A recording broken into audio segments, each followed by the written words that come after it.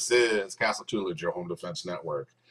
We are continuing our education process on shoot or no shoot scenarios.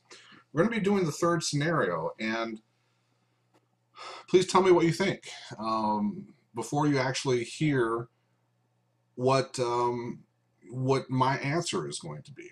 Okay, and before we get in this, I am not a lawyer. I don't pretend to be. The information I'm going to be giving you is for information only. This is not to be confused with legal counsel or advice.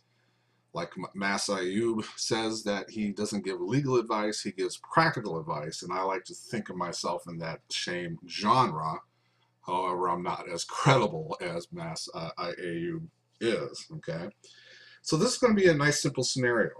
You're on your way home from work, a dog runs out in front of your car on the highway, you slam on your brakes and you're rear-ended. Your car is fine, so you continue on and you pull to the shoulder of the road, but the car that hit you in the back was put out of commission several hundred feet behind you. The other individual jumps out of his car with a machete and starts running towards you. You exit your vehicle, you take a position behind your driver's door, and you continuously to shout, "Stop! Don't, put the knife down." And it takes about 40 seconds for the guy to get to you.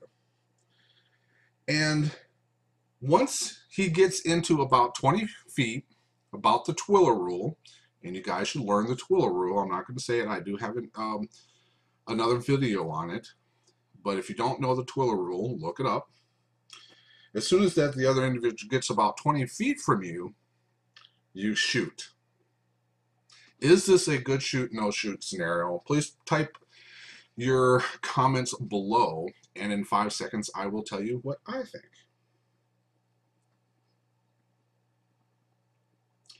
So the basic scenario is what? You're driving home, a dog runs in front of you, you slam on the brakes, another car rear-ends you. Your car is fine, so you pull off to the side of the road. The other car was put out of commission, and he's a couple of hundred feet behind you. The other individual jumps out of his car with a machete and starts running at you. You take position, you get out of your car, you take position behind a door, and when the guy gets into about 20 feet, you shoot because you feel that you are in an immediate threat in danger. Proportionality is there, is a knife. Immediacy, you are the innocent party. You didn't want anything to do with it. So is this a good shoot, no shoot scenario? Well, yes, it is a good shoot, no shoot scenario, but you made the shot. Guess what? This is a bad shoot scenario. I don't care if you're in a stand your ground state or not. Just because you're in a stand your ground state, if you have the opportunity to get in your car and leave, remember, the narrative said that it took 40 seconds for the guy to run to you. You get in your car and you go. Don't have this machismo mentality.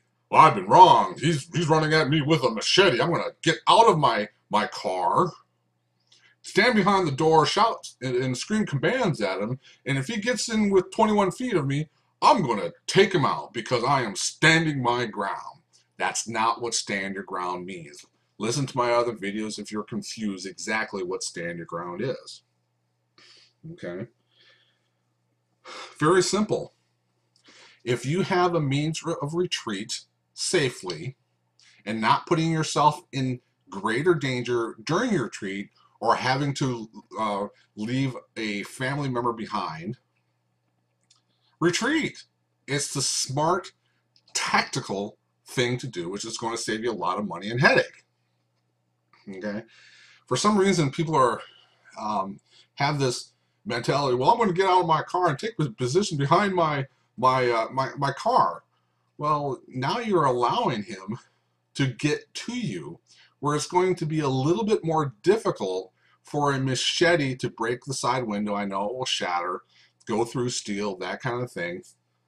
It is absolutely stupid and asinine to do anything other than getting in your abled car and leaving the area.